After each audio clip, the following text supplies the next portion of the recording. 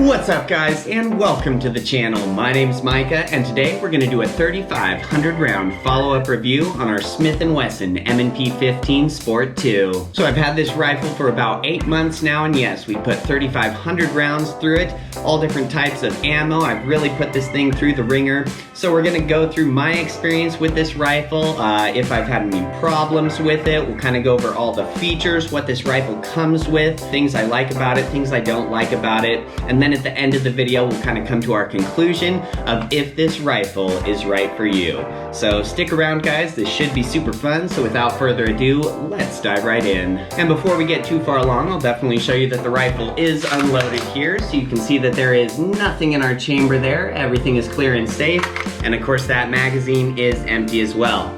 So safety is first guys, that's extremely important, and we always want to be on top of that. So the M&P 15 Sport 2 is a very common, popular AR-15 style rifle. You can pretty much find these things everywhere. A lot of people like them for their attractive price point. You know, it's kind of just a bare bones AR-15. You know, as far as all the fancy accessories, it doesn't come with them. What you get when you get this rifle is just an absolutely rock solid classic AR-15 platform. In my 3,500 rounds through this rifle, I have had 0 malfunctions, 0 problems of any kind, no misfires, failures to feed, eject, light strikes, anything. This rifle absolutely shot 3,500 rounds flawlessly, and I did not even clean this until the 3,000 round mark. Now I will add that the majority of the ammo I shot through this thing was steel-cased Russian ammo. So steel-cased Russian ammunition has a reputation of being not as reliable, makes your gun very dirty. Well, the Smith and Wesson didn't notice that at all. It went through everything just fine. I've put quite a variety of brass rounds through this as well. Kind of some odds and ends magazines. So I had 3 different magazines I loaded up one day, and every bullet after the other was totally different. So I could have had 55 grain full metal jackets, and then the next one was a 69 grain soft point. The one after that, totally different. And this gun just shot them all flawlessly, didn't even notice any difference there. Now I'm not exactly nice to a lot of my guns. Most all of them get thrown around, banged up, beat up. You know, we absolutely put them through the ringer. And this thing has just been such a rock solid workhorse. I mean, this thing is reliable as the sun. Every single time I pick it up, throw a magazine in it, it just runs through it with 0 problems. It's been perfectly accurate, perfectly reliable. You know, this is one of the most reliable rifles I've ever handled. Now there's a few different versions of this rifle that you can get from the gun shop, from your local store, and we'll kind of touch on those as we're going through the features of this gun. So I suppose we'll just start walking around it here. So starting at the front, you get kind of a standard A2 flash hider. So this doesn't really have any muzzle brake properties. You know, it's not really made to mitigate any recoil. I will say that the cutouts on it are all going to be on the top half there. There is not any cutouts on the bottom. So that does kind of have some compensator type properties to it, in that it does help to eliminate some of that muzzle rise that you might get. So it does kind of have a dual purpose there, but its primary purpose is just as a flash hider, and I have seen 0 fireballs from this rifle in all my shooting of it. You know, even of all my footage that I have of firing this rifle, I go back through it, you don't even see a spark.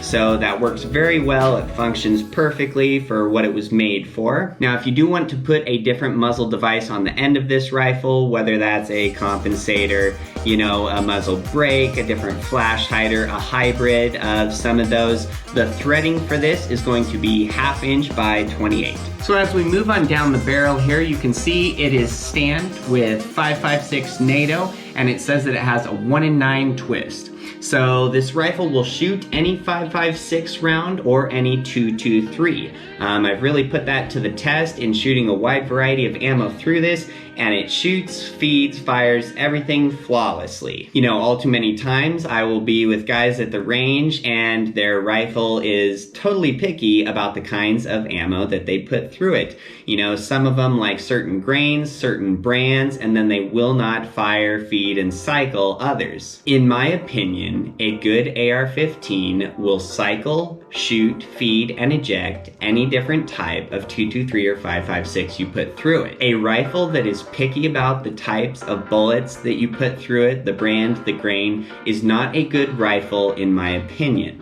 And this M&P 15 Sport 2 will absolutely eat up anything you put through it. You don't ever have to worry about what kind of bullets you can find. If they're 223 or 556, you're in business. Now, as far as that 1 in 9 twist goes, I think 1 in 9 twist is the best twist for a 556 or 223 rifle. You know, it is exceptional at stabilizing bullets between the 55 and mid 70 grain weights. And for 99% of people, that's what you will be shooting. Now, you may have heard stories or rumors, like I have, that the 223 or 556 round tends to tumble. And that really just started back in the day when they were being fired through rifles that had an incorrect twist rate for the grain of bullet that they were firing. And so with that bullet not being spun at the speed it should have been spun at, you know, it would tend to tumble. Now, some people will say that a tumbling bullet is a plus because it is more destructive to your target than, say, a bullet that was just spinning and flying perfectly straight. Now, while a tumbling full metal jacket bullet could be more devastating to your target than, say, a full metal jacket flying perfectly straight, we don't really want our bullets to tumble. If that bullet is tumbling before it hits your target, then that bullet is not going to be accurate. So it may be more devastating to your target if it hits the target. What we want is that bullet to be spun at just the right speed, that it flies perfectly accurate, and if you want it to be destructive to your target, use, say, a hollow point or a soft point bullet. So in modern day AR-15s, we don't really see bullets tumbling, especially when they have a 1 in 9 twist. You know, that's really just going to perfectly stabilize everything you shoot out of it. As we keep moving on back, we come to our standard A2 front sight. So there's a couple different versions of this rifle that have a few different configurations. You know, I wanted the A2 front sight gas block. There is some that will come with no sights, and then instead of having the A2 front sight, it will just be a lower profile gas block that has a small Picatinny rail on top of it. I prefer the A2 front sight, you know, and then it comes with a Magpul Embus flip up rear sight. Very good quality rear sight. It's always stayed perfectly zeroed for me. I have never adjusted that once since I initially got it sighted in. And say you want to put a red dot on your AR-15, your M&P 15 Sport 2, that A2 front sight is not going to get in the way. You know, all your red dots are either going to perfectly sit at a height that co-witnesses that, so your red dot will be right on the top of that post, or you can do a third co-witness in where it sits slightly higher, but then say your red dot battery died, you could still see through your red dot with your flip up rear sight, find your front sight, and acquire your target that way. So that won't get in the way of your red dots. You know, if you had a very low profile scope, I would just get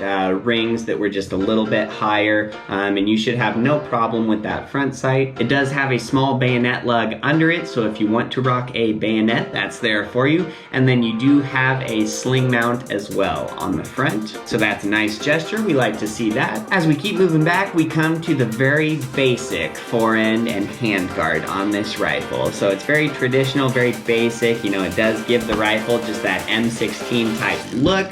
Some people complain that this can get a little hot if you are really just going through ammo fast, you're really dumping mags. In all my firing, it's never gotten too hot to touch. It's never even gotten slightly warm for me, so maybe I'm a slow shooter, I don't know. But it's very basic, you know, there's no Picatinny rails on it, there's no M-lock points, nothing like that. Obviously, you can switch this out. They're very cheap. Throw something on there if you do want that. I have seen different versions of this M&P 15 Sport 2, some of which will come with a different mag pull hand grip that will have some M-LOK points on it as well. Typically, I'll see those M&P 15 Sport 2s for a couple bucks more than just say your bare bones model like we have here. Now, if you do want a metal free-floated handguard, something that extends out a little bit further, you can just get a low-profile gas block. Some of these are almost the size of a wedding ring, and then put whatever forend you want on there. It's very easy to switch out. Nothing will take more than a few minutes on AR-15s, as you guys probably know. And as we keep moving on back here, we do get a dust cover. So they threw this on for the M&P 15 Sport 2. The Sport ones did not have the dust cover or the forward assist, to my knowledge. So that's a nice gesture, you know, that stays closed if you close it, and then upon actuating the charging handle or firing around, it opens back up, and then it's on you to close that back up. It really just keeps the dirt, grime, grease out of your gun as you're trudging around through whatever environment you may be in. We do get a big old shell deflector here, so that keeps those shells flying out at the same spot every time. It will almost stack one bullet case on top of another,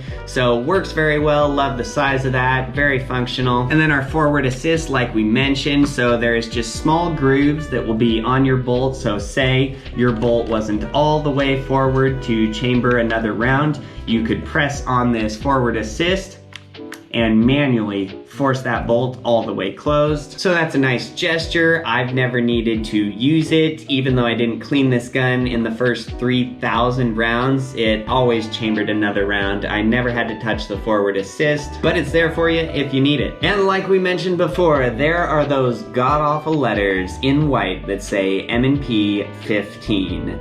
So everybody knows what kind of gun you have. It is a bare bones AR, but this thing is so rock solid and reliable. I don't care. I was gonna go over those with a Sharpie, try and black them out somehow, some way. Now, this gun has been so good to me, I'm kind of proud of it. Oh, and then our magazine release, you know, it's just kind of a little oval shaped. It does have a little texture to it. Your finger perfectly finds it. It's right in front of the trigger. It feels good, you know. It still rockets those magazines out every single time. I've never had problems with it. All too many times I see ARs that you press the magazine release and it just barely comes out of there. It doesn't drop in that you'd have to pull your mag out.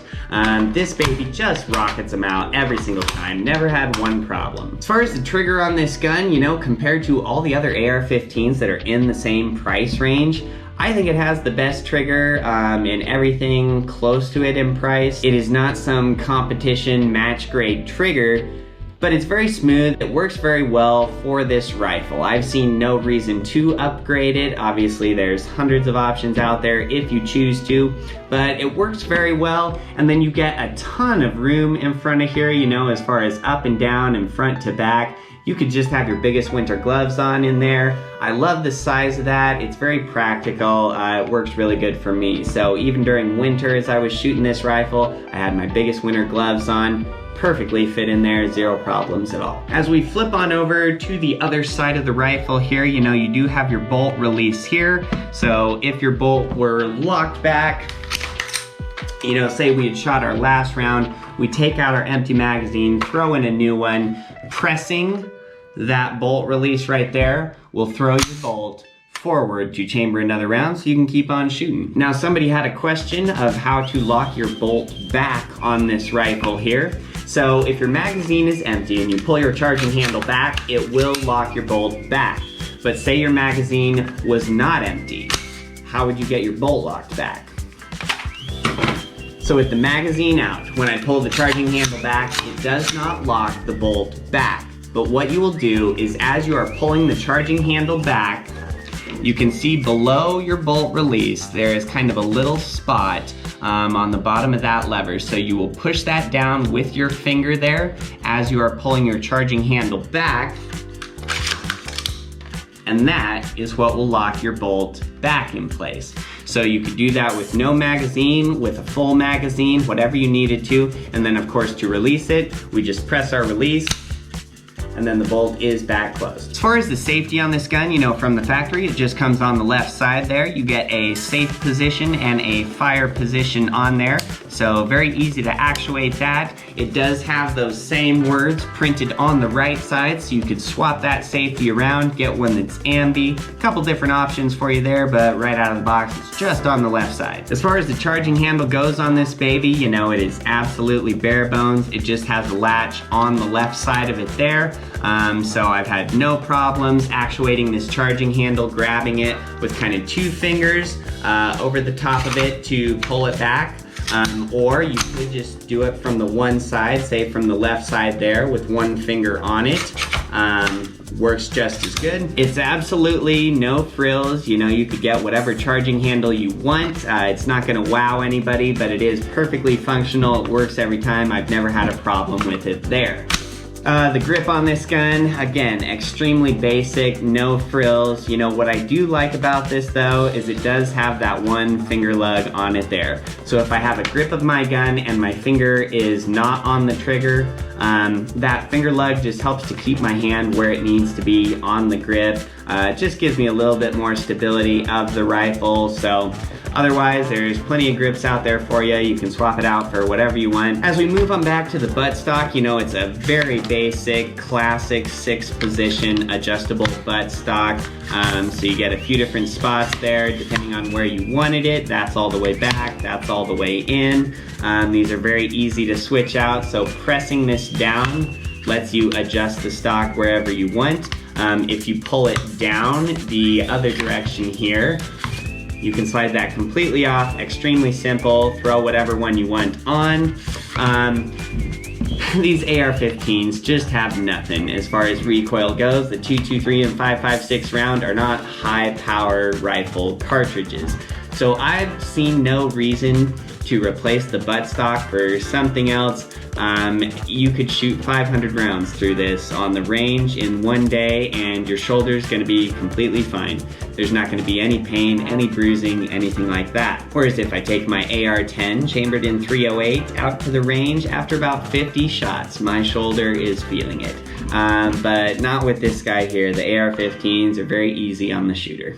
I will say that you do get a little bit of texture on there. It helps to keep it on your shoulder, and then we do find our second sling mount on the back on the buttstock right there. So from the factory, you know, you can put a sling on this rifle. I guess the one thing I have added to this is I put just one of these little sling mounts over the buffer tube here on the rear. So it has 2 different spots there. I like to carry my rifle in front of me rather than say over my shoulder. It's just a little bit easier to get to. It's very quick to get to. So that is the whole rifle in a nutshell. You know, there's no crazy fancy accessories on it. Everything is just extremely basic.